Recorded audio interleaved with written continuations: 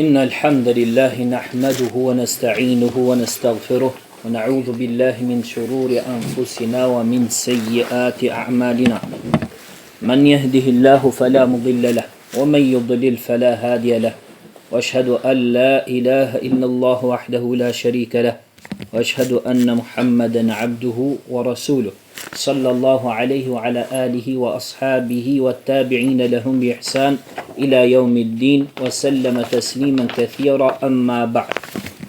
Të gjitha lavdërimet I takojnë Allahut subhanahu wa taala. Atë lavdërojmë, ndihmë dhe falje vetëm prej Tij kërkojmë. I kërkojmë mbrojtje Allahut nga e keqja veteve tona dhe punëve tona. Atë që udhëzon Allahu nuk ka kusht ta humb. Ndërsa atë që ai e çoi në humbje nuk ka kusht ta udhëzoj. Dëshmoj se nuk ka të adhuruar tjetër më drejt përveç Allahut vetëm pa ortak. Po ashtu dëshmoj se Muhamedi sallallahu alaihi wasallam është robi dhe I dërguari I Tij. Lëvdata shumë dhe shpëtimi I madh I Allahut qoftë mbi të, mbi familjen dhe shokët e Tij, si dhe mbi gjithë ata që I pasuan ata me përpikmëri deri ditën e Kiametit e më pas.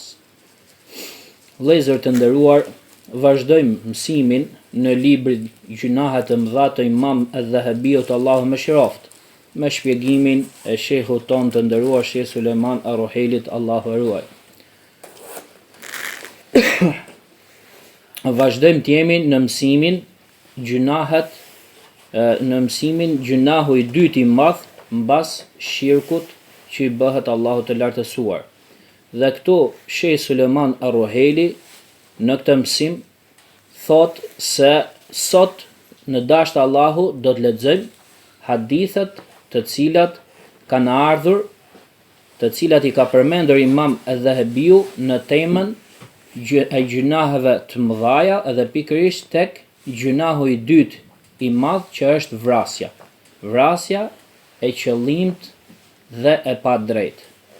Dhe dihet se përmendja dhe transmetimi I shumt I teksteve sheriatike në lidhje me një gjunah apo me një haram prej harameve tregon për madhësinë e këtij krimi dhe për madhësinë e këtij gjunahu. Dhe sa I përket vrasjes, argumentet sheriatike nga Kurani dhe Suneti për të kanë ardhur të shumta. Ndaj Imam al-Dhahabiu Allahu e mëshiroft thot: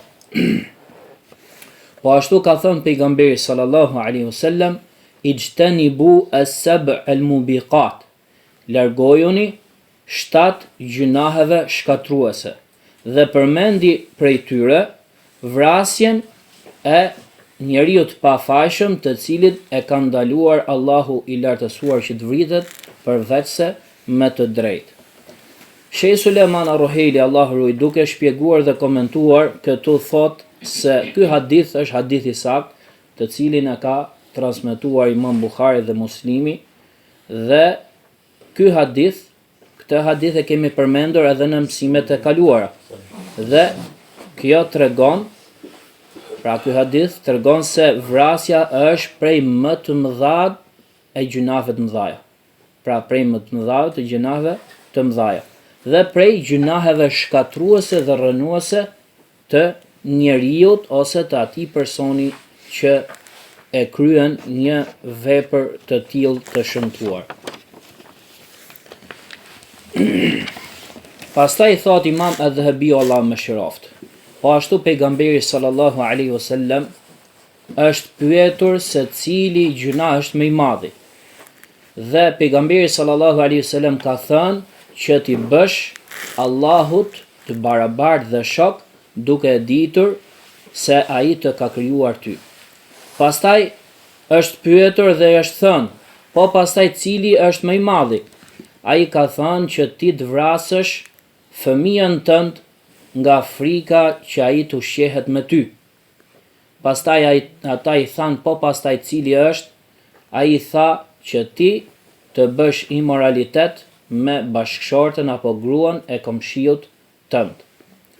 Sheh Sulejman ar-Ruhaili Allahu ruaj thot, po ashtu edhe për këtë hadith, se ky hadith është hadith I sakt, të cilin e ka transmetuar Aleikum selam rahmetullah, të cilin e ka transmetuar Imam Buhari dhe Imam Muslimi. Dhe ky hadith është argument me tekst të qartë që tregon se vrasja vjen më një herë mbas shirkut ndaj Allahut të lartësuar për nga radhitja e më të mëdhave të gjunaheve të mëdha, sepse neve kemi thënë që kemi gjunahe të mëdhaja. Mirë po, nga gjunahet e mëdhaja kemi edhe gjunahe më të mëdha se gjunahet e mëdhaja. Dhe vrasja vjen më një herë mbas shirkut që i bëhet Allahut të lartësuar. Dhe këtu shehu na tregon dhe thotë se sahabët e dinin se gjunahet nuk janë të një grade, por se ato ndryshojnë njëra nga tjetra. Ndaj edhe ata e pyetën pejgamberin sallallahu alaihi wasallam se cili gjunah është më i madhi. Dhe normalisht përgjigja e pejgamberit sallallahu alaihi wasallam ishte ashtu sikurse sapo e dëgjuam. Pra në këtë hadith përmendet tre gjunahet më të mëdhaja.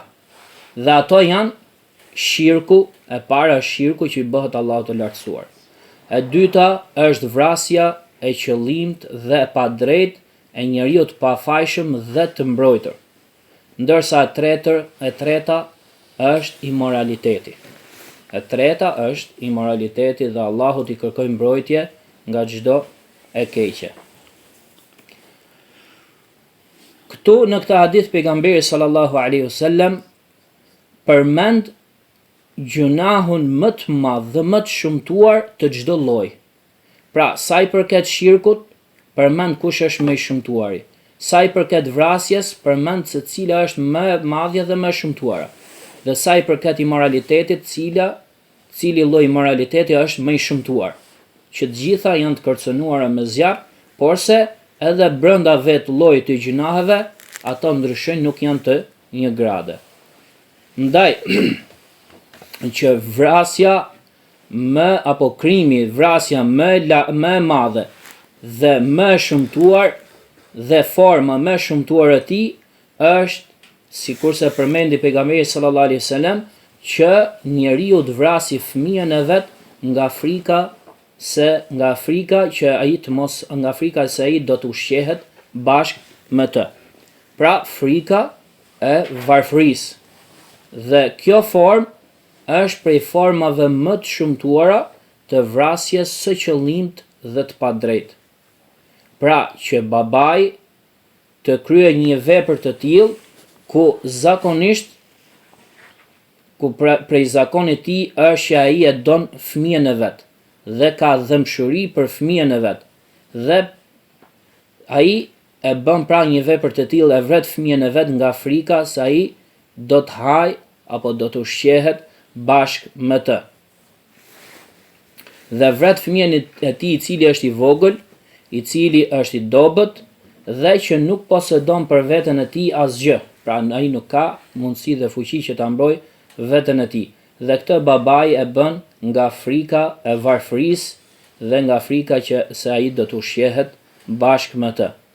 Mirë po, në këtë vepër që ai bën, këtu ai mendon keq për Allahun e lartësuar. Dhe këtu ai përgënjeshtron premtimin e Allahut të lartësuar, i cili ka premtuar se do ta furnizoj edhe të lindurin, pra fëmijën, por do të furnizoj edhe prindërit e tij. Dhe kjo formë, pra, ky lloj vrasje është prej formave më të shumtuara të vrasjes së qëllimit dhe të padrejtë. Po ashtu pejgamberi sallallahu alaihi wasallam në këtë hadith përmendi edhe formën e shirkut më të shumtuar, që i bëhet Allahut të lartësuar, ku thot an taj'ala lillahi niddan wa huwa khalaqa, që ti bësh Allahut shok të barabartë, ndërkohë që ti e di që ai të ka krijuar ty ose ti e di që ai nuk ka të barabartë. Po ashtu përmendi këtu edhe formën e imoralitetit apo llojin e imoralitetit, i cili është më i shumtuari, që është bërja imoralitet me gruan e komshiut. Dhe kjo Allahu na ruajt është prej formave më të shumtuara të imoralitetit, dhe këtë insha Allahu do ta përmendim edhe kur të vi koha që do të përmendim edhe temën e imoralitetit. Vazhdon Imam Adh-Dhahabiu në librin e tij, Allah më shëroft, dhe thot, po ashtu pejgamberi sallallahu alaihi wasallam ka thënë: "Idha iltaqa al-muslimani", nëse dy musliman takohen me njëri tjetrin bisejfejhima, me dy shpatat e tyre, atëherë fel qatilu wal maqtulu fin nar, atëherë edhe vrasësi edhe i vrari janë që të dy në zjarr. Ati jo tha, o i dërguri Allahut, ky është vrasësi, pra dihet puna e tij. Atëherë si është puna me të vrarin? Atëherë ai tha, sepse ai ishte pra i kujdesshëm ose u mundua që ta vriste shokun e tij, prandaj që të dy ato janë në zjarr. Dhe ky hadith thot shehu, po ashtu është hadith të cilin e ka transmetuar Imam Buhari dhe Imam Muslimi, pra hadith i saktë. Dhe ky tregon se vrasja dhe përpjekja për të bërë vrasjen, shpejtimi dhe nxitimi për të bërë vrasjen, janë prej gjunaheve të mëdhaja.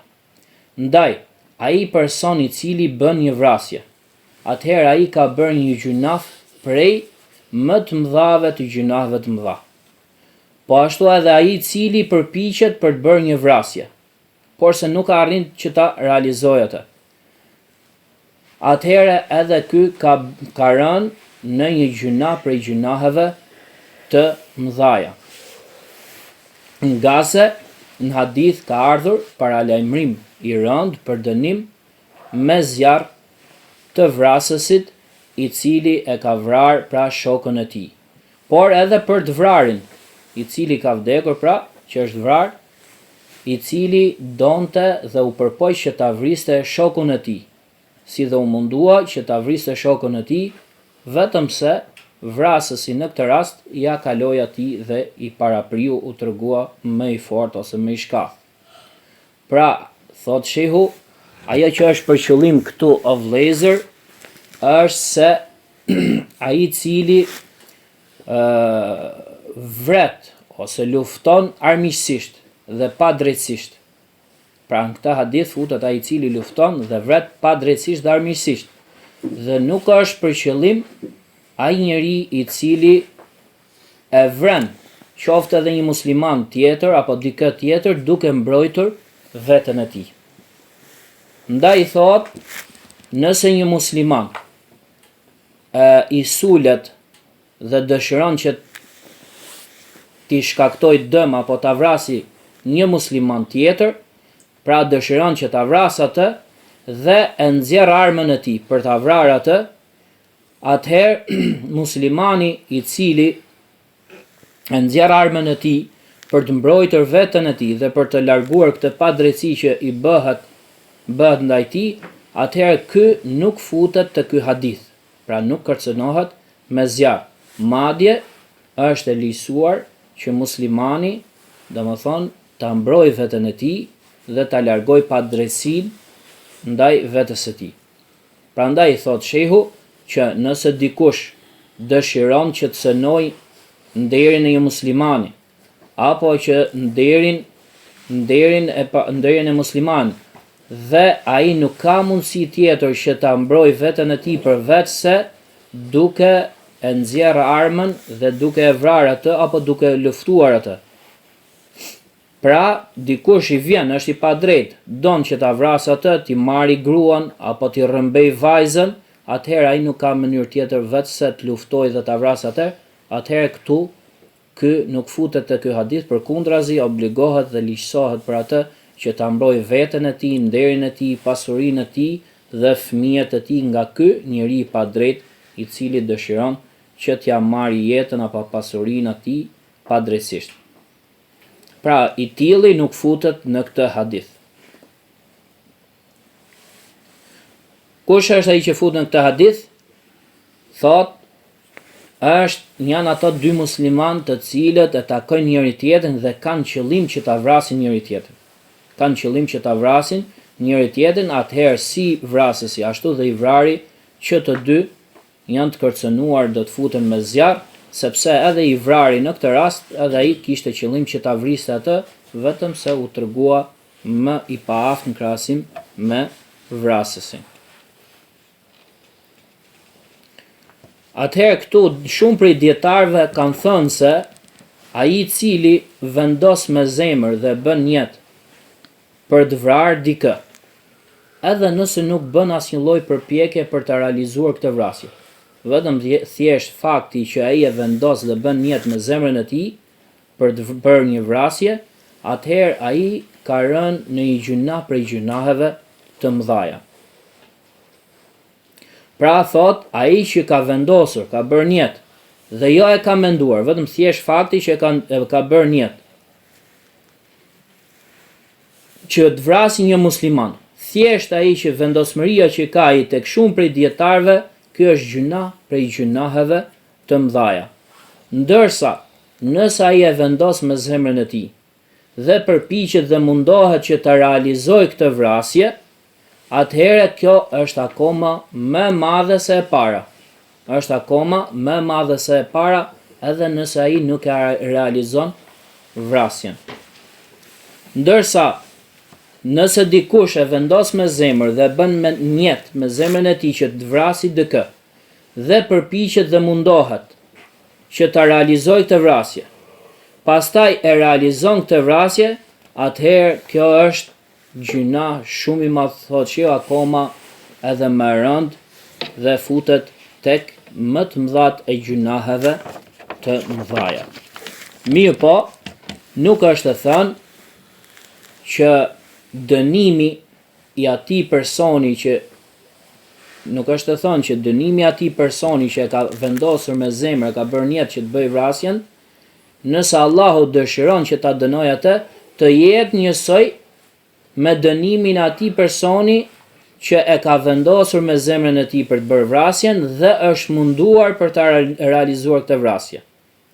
Po ashtu, nuk është të thënë që t'jetë dënimi i atij personi që e ka vendosur me zemrën e tij dhe është munduar për ta realizuar atë vrasjen, dënimi i tij në zjarr, nëse Allahu dëshiron që ta dënoj, që t'jetë njësoj sikurse ai që e vendos dhe bën jetë për të bërë vrasjen, mundohet dhe e realizon vrasjen.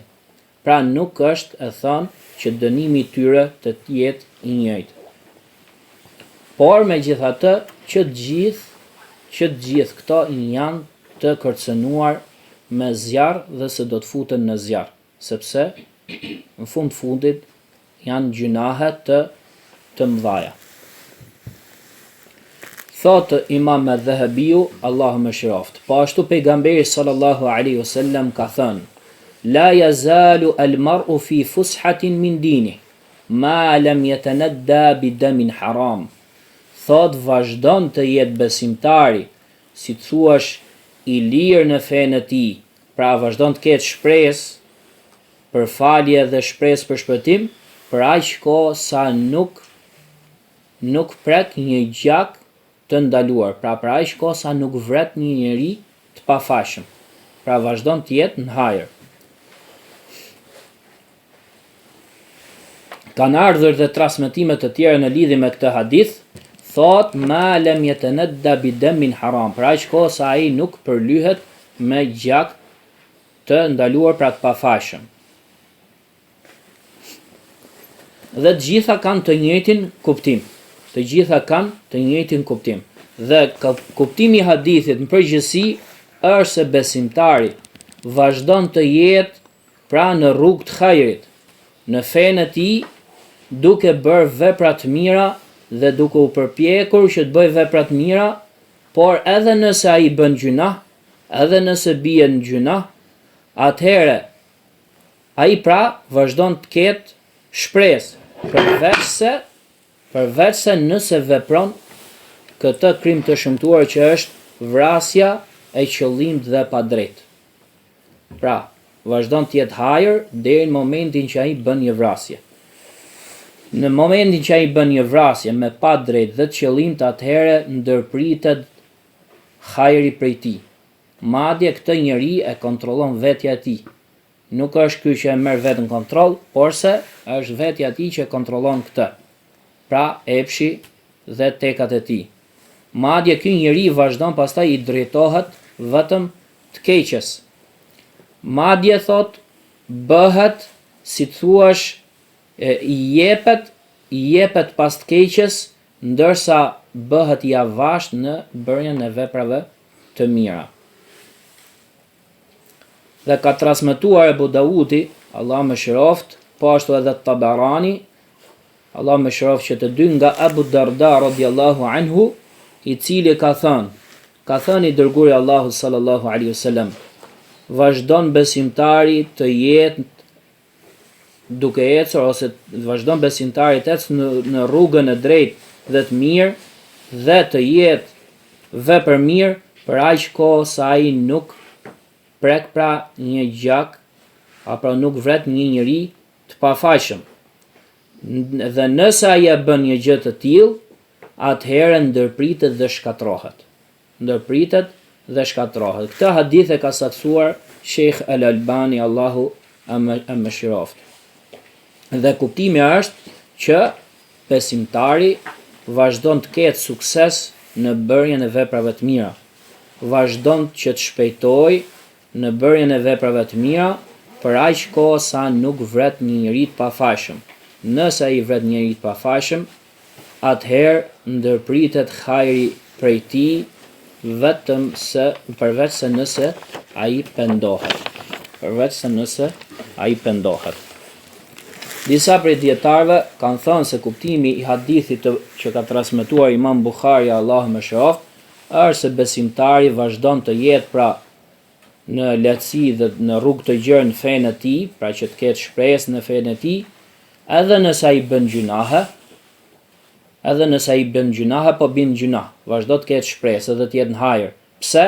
Sepse ai bën vepra të mira. Dhe me këto vepra të mira ai shlyen gjunahet e vogla ose disa prej gjunaheve të tij. Madje mund ndodh që ai të pendohet dhe t'i kërkoj falje Allahut të lartësuar. Dhe nëse ai të takohet me Allahun e lartësuar duke pasur disa prej gjunaheve, edhe që kanë lidhje me hakun e njerëzve, atëherë ditën e gjykimit këtij personi pra do të ndëshkohet duke ju marr veprat e mira të tij. Mirë po, ati i mbeten edhe pse i merren veprat e mira të tij, duke qenë se ai ka bërë në dynja vepra të mira të shumta. Atëherë ai ka aq vepra të mira të shumta sa që i shlyen, pra i merren nga veprat e mira dhe i jepen atij personi që ka hyrë në hak, edhe e plotson, si thosh, e lan hakun e atij personi. Pastaj ngelen vepra tjera të mira nga të cilat ai shpreson që do fitoj faljen e Allahut. Dhe kështu atij i shlyhen gjunahet e vogla, madje i lehtësohen edhe gjunahet e mëdhaja, thot, në pra fshirja e gjunave, falja e gjunave të mëdhaja.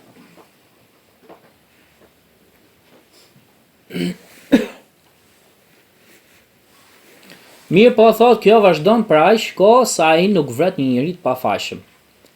Momenti që ai vret një njeri pa të fajshëm, një njeri që është i mbrojtur që nuk lejohet vritet, atëherë ai çfarë do lloj vepre të mirë që të bëj, atëherë atij ditën e gjykimit do t'i merren atij veprat e mira dhe nuk do t'i ngelet asgjë. Pra nuk do t'i ngelet asnjë vepër e mirë. Madje nëse i mbarohen veprat e mira, do të merren nga veprat e këqija të personit që i ka hyrë në hak dhe do t'i ngarkohen këtij. Pra, ajo që është për qëllim, thot shehu, o vëllezër, është se krimi i vrasjes është krim shumë i madh dhe i rëndë. Sado që të bëj veprat mira besimtari, prej veprave pra të mira dhe të pëlqyera, nëse ai atakon Allahun e lartësuar dhe merret haku prej tij ditën e gjykimit, atëherë ky lloj krimi i han apo dhe i adjek veprat e mira që të gjitha atij, thot. Madje i merren nga veprat e këqija personit që ka hyrë në hak dhe i ngarkohen këtij. Disa prej dietarëve kanë thënë se Ajo që është për qëllim është se besimtari nëse vret qëllimisht dhe pa drejtësisht, atëherë largohet turpi prej tij. Largohet turpi prej zemrës tij. Ndaj ai që nuk ka turp, nuk lën gjë pa bër. Ai që nuk ka turp nuk lën gjë pa bër.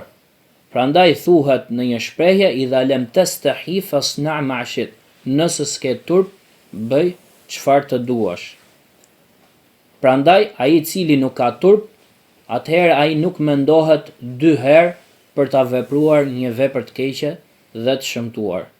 Ndërsa disa prej dietarëve kanë thënë që ajo që është për qëllim me këtë hadith është se besimtari vazhdon të ketë turp në zemrën e tij edhe nëse bën gjunahe, përveç se nëse i përlyen duart e tij me gjak të ndaluar, pra me vrasje. Nga se kjo thot ja shkul turpin prej zemrës tij. Dhe nëse hiket turpi, atëherë pritet çdo të keqe prej tij. Po hiku turpi prej një personi, pritet çdo të keqe prej tij. Prandaj o vëllezër, vazhdon shtëpia të jetë në hajër, për aq kohë sa në atë shtëpi ka turp. Pra, njerëzit e asaj shtëpie janë njerëz të turpshëm dhe kanë turp. Dhe gjëja më e madhe me cilën njeriu duhet ta edukojë familjen e tij është turpi. Madje edhe shoqëria vazhdon të ketë hajër për aq kohë sa në mesin e tyre vazhdon të jetë turpi. Mirë po iku turpi, po u zhduk turpi, atëherë ndërpritet çdo e mirë.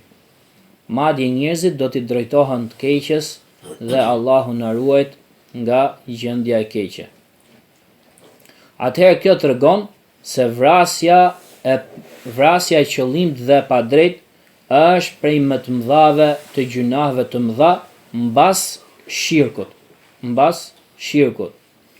Sepse ai është gjunahu me cilin ngushtohet gjendja e njeriut në krahasim me gjunahet e tjera. Prandaj që sado që të bëj gjunahe besimtari, nuk i kushtohet gjendja e tij. Pra ai vazhdon të ketë akoma shpresë, përveç se nëse përlyhet pra me gjak të ndaluar, pra nëse ai vret një person, atëherë gjendja e tij ngushtohet dhe shpresa e tij ngushtohet për shpëtim, përveç se nëse pendohet siç e tham. Prandaj gjunahu më i madh për besimtarin është vrasja e qëllimt dhe e padrejtë. Vini re thot shehu këtu, unë them që gjunahu më i madh për besimtarin është vrasja e qëllimt dhe e padrejtë. Ndërsa gjunahu më i madh për njeriu në mënyrë absolute thot është shirku ndaj Allahut të lartësuar. Atëherë ta përmendim dhe këtë dhe mbyllim. Vazhdon Imam Dhahbiu dhe përmend hadithin tjetër, thot, po ashtu ka thënë pejgamberi sallallahu alaihi wasallam, la tarji'u ba'di kuffaran yadribu ba'dukum riqaba ba'd. Mos u ktheni pas meje në mosbesimtar duke prerë kokat e njëri tjetrit, pra duke goditur kokat e njëri tjetrit, pra duke i prerë ato. Dhe ky thot Sheh Sulejman Roheli Allahu rujt që është hadith i saktë, e ka transmetuar Imam Buhari dhe Muslimi. Dhe këtë hadith pejgamberi sallallahu alaihi wasallam e ka thënë në fundin e jetës së tij në haxhin e lamtumirës, nga ku ai u kërkoi njerëzve që t'i këshillonte ata, dhe kjo është fjala e tij e madhe të cilën e ka thënë në haxhin e lamtumirës. Po. Dhe kuptimi i hadithit është që ju mos u ktheni mbas vdekjes time apo mbas fjalës time në mosbesimtar. Përkundrazi qëndroni në fen tuaj dhe mos i vrisni muslimanët. Ndërsa disa prej dietarëve kanë thënë se kuptimi i hadithit është që mos të jenë veprat tuaja midis jush me njëri tjetrin, sikurse janë veprat e mosbesimtarve, të cilët nuk ruhen nga derdhja e gjakut. Pra, duhet që besimtarët jenë të mëshirshëm me njëri tjetrin dhe ta ruajnë gjakun dhe nderin e tyre. Dhe sipas kuptimit të parë, disa prej dietarëve kanë thënë se kufri që përmendet në këtë hadith është i vërtetë. Është kufri i vërtetë. Do më thënë mos u bëni në mosbesimtar, mos u ktheni në mosbesimtar duke bërë të lejuar dhe halal vrasjen. Ndërsa disa dietarë tjerë kanë thënë që kufri që përmendet në këtë hadith është si thosh marrja e armëve dhe e mbrojtjeve. Pra atyre si thosh veshjeve me të cilat robi mbrohet në luftë. Pra, si thosh armatimi, marrja i armatimit apo i armëve dhe duke i ngritur armët kundër njëri tjetrit dhe duke vrarë njëri tjetrin. Pra, kuptimi i kufrit ka këtë, që mos vrisni njëri tjetrin. Por thot shehu sido qoftë, këtu qortimi është shumë i rëndë dhe paralajmërimi për ndërshkim është shumë i madh në lidhje me vrasjen që i bën muslimani muslimanit. Kjo nuk ka të bëjë vetëm me vrasjen që i bën muslimani muslimanit, por se vrasja është e rëndë edhe kur vret edhe dikë tjetër pafajshëm që nuk i përket fesë islame. Madje këtu tregohet edhe se ajo që kërkon besimi është që muslimani duhet ta ndali gjuhën e tij dhe dorën e tij ndaj vëllezërve të tij. Madje ajo që kërkon besimi dhe imani është që mos ti cënosh dhe ti lëndosh muslimanët me gjuhën tënde padrejtësisht dhe armiqësisht.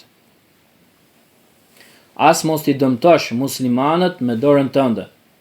Dhe dëmtimi më i madh për muslimanin është që ta cënosh atë në veten e tij, ndërkohë që ai e ka fen të saktë. Ndaj obligohet për besimtarit që të bëj kujdes dhe të ruhet shumë nga gjakderdhja e njerëzve. Pra të ruhet që mos të vrasi asnjë njeri.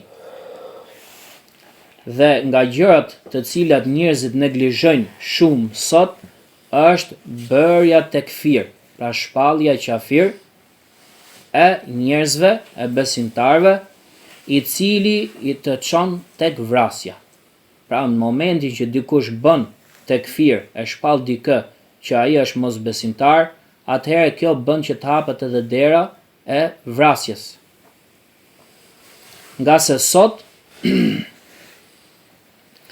edhe ai që nuk di gjë, nuk ka fare dije, vetëm për faktin që ai dëgjon një fjalë të cilën nuk i pëlqen, ai menjëherë të shpall tys që ti je i dal nga feja dhe je mosbesimtar.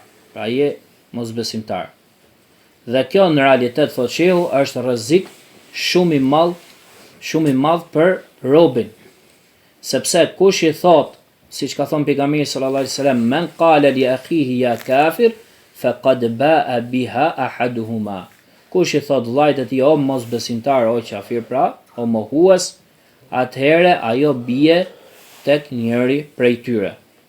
Mirë po ndodh që këtë fjalë kur dikush ja thot dikujt tjetër o mosbesimtar, o mohues, ndodh që mund ta dëgjojë një ignorant që nuk ka dije nga feja.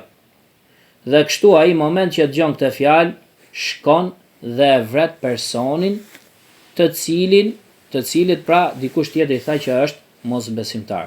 Prandaj që njeriu duhet ketë kujdes dhe të ruhet që mos bëhet shkak për vrasjen e ndonjë muslimanit, apo që të marrë pjesë në vrasjen e ndonjë muslimani, apo që ta vrasi ai vetë me dorën e tij. Dhe është për të ardhur keq që Aleikum selam. Është për të ardhur keq që xhawarixhët për gjatë gjithë historisë së tyre, madje edhe realiteti i tyre tregon se ka ndodhur ajo, pra nga ana e tyre ka ndodhur ajo ndaj së cilës ka paralajmëruar dhe ka ndaluar pejgamberi sallallahu alaihi wasallam, nga sa ata ja kanë vërsulur armët e tyre besimtarve, pra i kanë drejtuar drejt besimtarve. Madje i kanë shpallur ata si mos besimtar me fjalë të qarta, por ka dhe nga ata që nuk e shprehin qartë, por se e besojnë me zemrën e tyre se disa prej muslimanëve apo shumë prej muslimanëve janë mos besimtar dhe mohues tek ata. Dhe kështu ata fillimisht filluan dhe vran Uthmanin radhiyallahu anhu. Ndërkohë që ata e mbanin të fshehur si thush tekfirin e tij. Pra ata nuk dilin haptazi që thonin që ai është mos besimtar, por se e besonin me zemrat e tyre dhe nuk ua tregonin njerëzve. Mirë po më mbrapa çështja u rëndua aq shumë sa që u bë luftë pra në kohën e Aliut radhiyallahu anhu, midis Aliut dhe midis Khawarijve, ku Aliu radhiyallahu anhu i luftoi ata dhe fitoi kundër tyre. Mirë po, ata vazhdojnë t'jenë akoma edhe sot, dhe gjëja më e lehtë për ta është gjaku i muslimanit.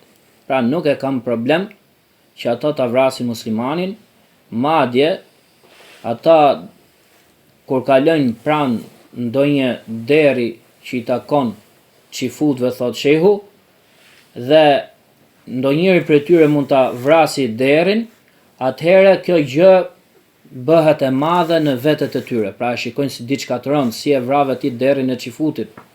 Dhe kështu thot shkojnë për t'i kërkuar si thush hallallikun, apo shkojnë që ta kënaqin çifutin. Ndërkohë nga ana tjetër i shikon ata që vrasin sahabiun, të birin e sahabiut dhe gruan e tij e cila është shtatzën. Kështu ata e vrasin sahabiun, vrasin gruan e tij, madje vrasin edhe foshjen që ndodhet në barkun e gruas së tij.